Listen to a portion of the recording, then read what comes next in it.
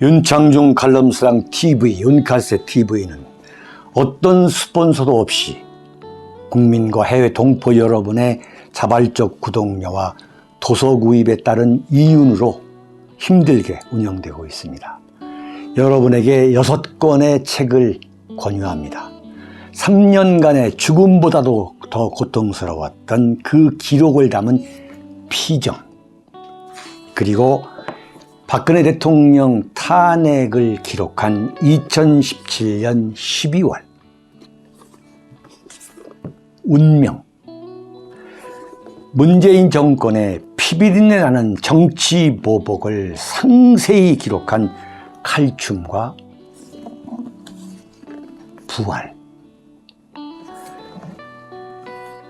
박근혜 대통령의 탄핵이 과연 정당했는가, 유승민의 배신의 정치가 정당했는가를 물으면서 제가 대구에 내려가서 쓴 깃발, 이렇게 6권의 책을 권유합니다. 여러분이 윤칼세 TV를 유지시켜 주시기 바랍니다. 지금 윤석열 정권의 첫 번째 국무총리 하마평이 나돌고 있어요. 내가 정말 참다가 정말 도저히 참을 수 없어가지고 오늘 여러분께 말씀을 드릴까 합니다. 네? 지금 말이에요. 국무총리로 거론되는 사람들을 보면, 자, 첫 번째 국무총리면은 윤석열 정부의 상징적인 인물이에요. 네? 상징적인 인물. 지금 인수위원회를 무슨 안철수를 시켰다, 위원장에. 자, 그것은 뭐 예컨대 단일화, 후보 단일화에 떡 하나 줬다, 이렇게 볼 수도 있겠어요. 100번 양보해. 도대체 윤석열 인수위가 의도하는 게 뭐냐 이거야. 여기에 무슨 보수 우파의 정체성이 있고 상징성이 있냐 이거야. 보수 우파의 정신이라고는 하나도 없는 거야. 마침내 뭐냐? 제2의 문재인 정권, 제2의 김대중 정권, 제2의 노무현 정권이야. 바꿔 말하면 좌파 사기 정권이라는 걸 그대로 보여주고 있는데, 인수위 자체가. 네? 그렇잖아요. 김병준이, 김한길이, 박주선이 전부 다 김대중, 노무현, 김병준, 김대중, 노무현이가 애지중지했던 사람들이잖아요. 다 중요했던 사람들이잖아요. 그 사람들이 지금 다 들어가 있잖아요. 그 다음에 이명박 정권 때에 완전 좌지우지했던 인간들. 권성동, 장제원, 윤한홍이 뿐만 아니라 정진석이 모조리 다 들어가 있잖아요. 임태희, 이동관이 다 들어가 있잖아요. 다. 그런데 지금 국무총리를 인선한다고 지금 언론에 흘리고 있어요. 첫 번째 조선일보한테 윤석열 캠프가 흘린 사람이 누구냐? 김부겸이에요. 문재인 정권을 타도하자 문재인 정권 넌더리 나서 정말 돌아버릴 대한민국 보수 우파 눈 하나 까다가 않는 거예요. 발밑에 그야말로 때 취급도 안 해. 때 취급도 않는 거예요. 문재인 정권의 국무총리를 윤석열 정권이 이어받는 거예요. 국무총리를 빌려 쓰겠다는 거야. 빌려 쓰겠다는 거야. 자, 이게 조선일보 보도입니다. 지금 윤석열 정권에 대해서 가장 정통한 신문이 조선일보예요. 이거 보세요. 저들이 만들었다고 하니까. 이번에 어제 청와대 문재인과 윤석열 회동도 중간에 김부겸이가 중계한 거다. 김부겸이가. 26일 청와대 모처에서 윤석열이가 김부겸이하고 만찬을 했다는 거지. 비공개로 만찬을. 대한민국의 보수 우파들이 이재명 뽑지 않으면 대한민국 공산화된다, 대한민국 적화된다, 대한민국 무너진다, 없어진다 해가지고 윤석열 찍었더니 문재인 정권의 국무총리 김부겸이하고 만나가지고 밥 먹었다는 거예요.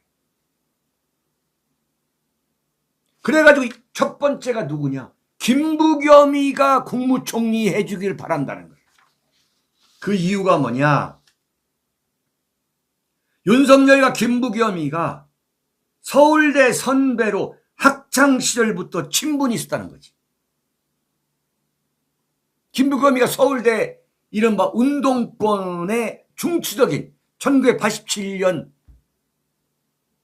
그 이른바 민주화 시위 때 60항쟁 때 주동인물이 김부겸 아니에요? 윤석열 당선이 대구 고검으로 좌천됐던 2015년엔 대구 수성갑 총선 출마를 준비하던 김부겸 총리가 윤석열 당선인과 저녁을 하며 위로할 정도로 친분을 이어갔다는 거야. 윤석열이가 김부겸을 사석에서는 형님이라고 부른다는 거지. 참 기가 막힙니다. 네? 여러분, 김부겸이가 누구냐 이거야. 문재인 정권의 상징적인 인물이라. 첫 번째 총리가 이낙연, 전라남도, 정세현, 전라북도. 한마디로 문재인 정권의 국무총리는 상징성과 정체성이 분명히 있었어. 세 번째가 누구냐? 영남 좌파 김부겸이야. 김부겸. 이선실 간첩단 사건으로 1988년에 간첩 이선실로부터 당시 500만 원을 받아가지고 형을 살았던 인물이 누구냐? 형을. 그게 김부겸인데 그 김부겸을 데려다가 보수 우파, 명색이 보수 우파라 정권이라고 하는 윤석열 정권의 초대 국무총리를 시킨다는 게 이게 정말 상식적으로 말이 되는 이야기예요?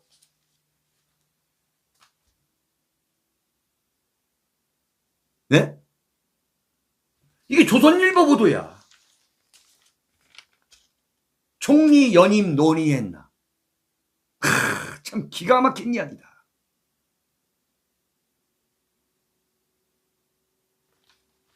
자, 보세요. 지금 윤석열 정부가 초대 국무총리 후보군으로 검토하고 있다는 인물이 누구냐면, 자, 이게 동아일보 보도입니다. 오늘 아침.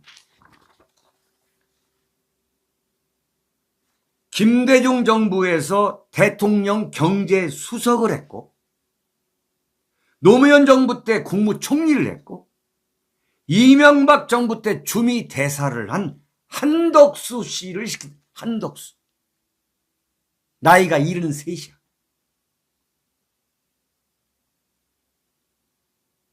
이게 지금 전라북도 한덕수 씨가 고향이 전라북도예요.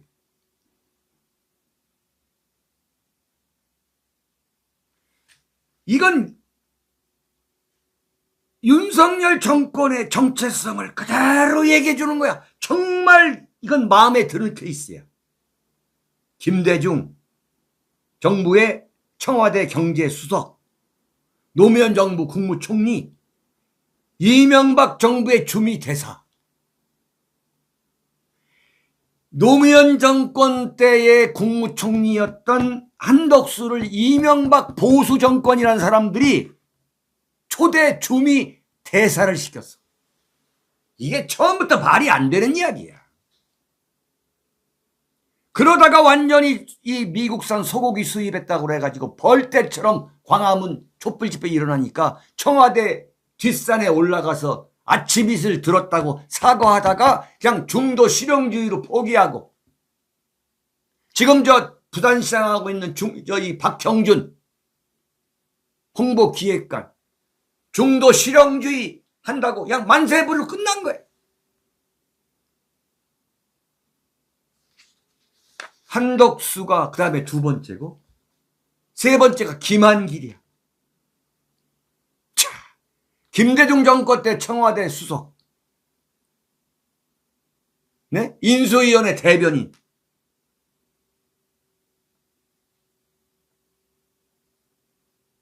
문화관광부 장관.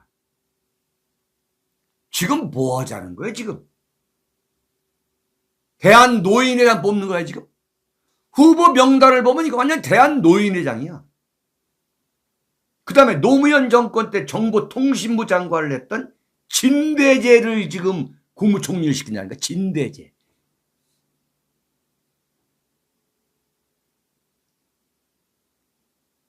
그리고 갑자기 김기현이가 나와요. 국민의힘 김기현. 판사. 전형적으로 무색무취야. 근데 이번에 대선 때도 입 다물고 있더니 문재인에 대해서 그야말로 앞장서서 싸워야 될 그 원내대표가, 야당의 원내대표가 그게 김기현 아니었습니까? 거의 문재인에 대해서는 입 다물고 있더니 요즘 좀 떠들더라고. 요즘 뭐 무슨 대통령 선거에 뭐 불복하느냐 어쩌냐 좀 떠들길래 왜 그러냐 봤더니 지금 김기현이가 윤석열 정권의 국무총리 후보로 올랐다는 거야. 김기현이가. 그 다음에 권영세도 올랐고, 권영세. 네? 그 다음에 박주선 나이가 73세. 물론 요즘 70대 청년이라 하는데 이게 김대중의 골수똘만이 아니야. 이른바 김대중 때의 청와대 민정비서관을 한 사람이야. 법무비서관. 민정수석도 없을 때. 아니, 생각해보세요. 윤석열 정권의 대통령 취임 준비위원장이 김대중 똘만이야. 이게 지금 뭔 소리 하고 있는 거야, 지금. 참 기가 막히네. 근데 김기현, 권영세, 박주선이가 거론되는 배경에는 서울법대 출신의 판검사라는 공통점이 있다는 거예요.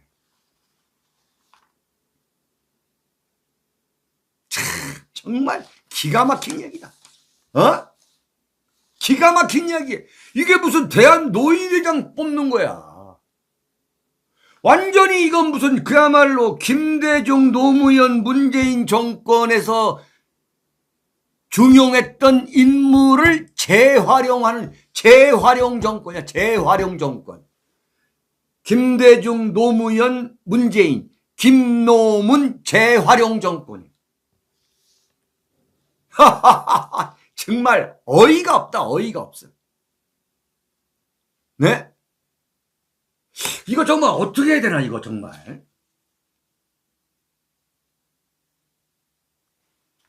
어떻게 나라를 이끌어 가겠다고 하는 시대정신 자체가 없는 거예요. 지금 윤석열 정권이 왜 탄생했느냐에 대한 처절한 고민이 없는 거예요. 바꿔 말하면 국민의힘과 이른바 수박 보수들이 윤석열이라고 하는 대릴사위를 데려다가 대통령 만들었던 것이 얼마나 부질없는 상상임신에 그칠 것인가를 이미 적나라하게 보여준 거예요.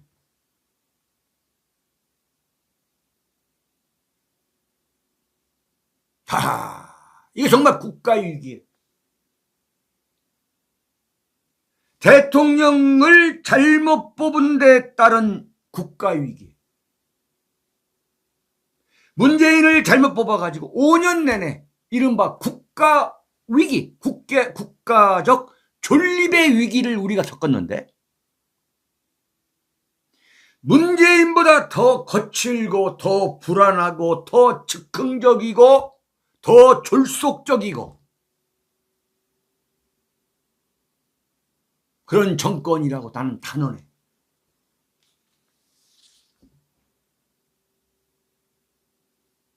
지금 국무총리로 거론되고 있는 사람 중 한 명이 두산그룹 회장을 지낸 박용만 회장이에요.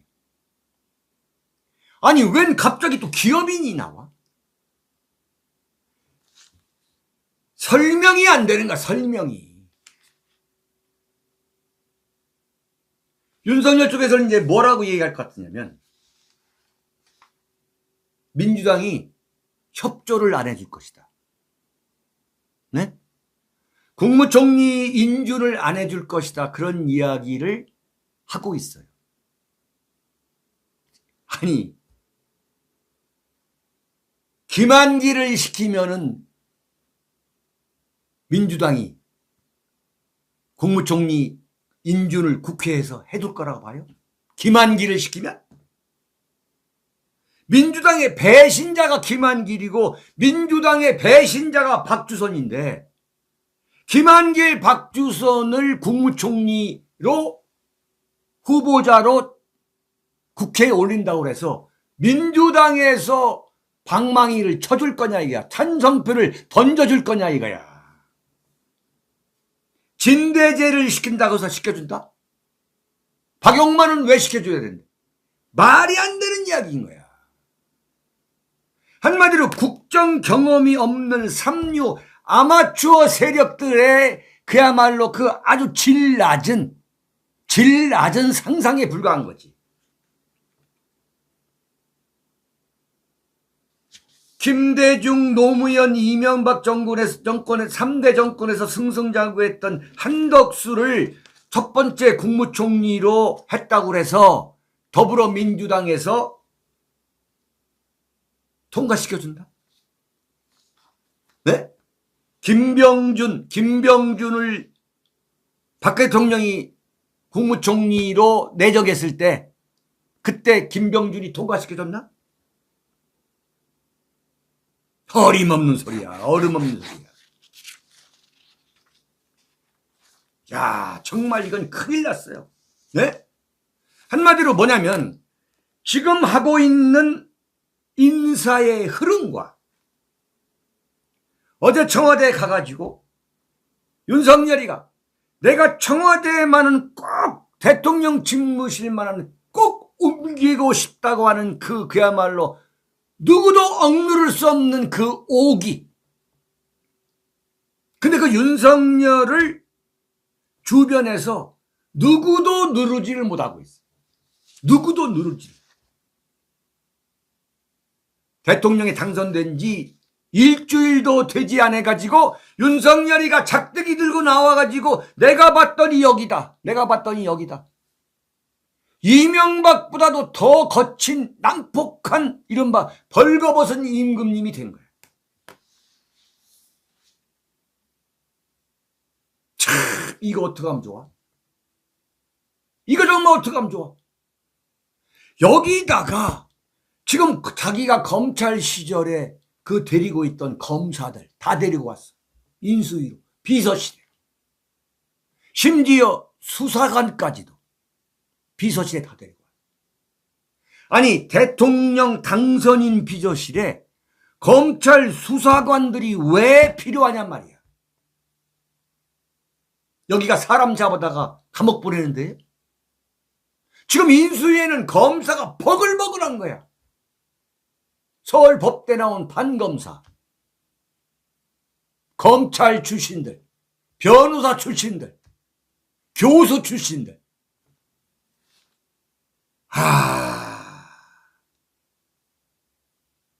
이게 보통 문제가 아닌가 정말. 윤석열 정권에 대해서 윤창중이가 비판적으로 비판을 위한 비판, 반대를 위한 반대를 해야 될 아무 이유가 없는 거야. 오로지 윤창주의 생각은 뭐냐?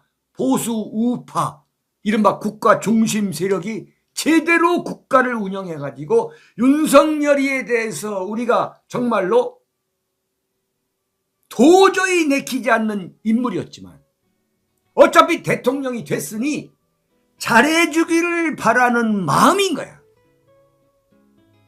근데 어느 것 하나 이건 잘했다고 할 수가 없는 거야. 실용주의다. 문재인이가 한 것이라서 모두 반대하지 않겠다. Anything but 문. 그러면 윤석열을 왜 뽑았어? 이재명을 뽑지.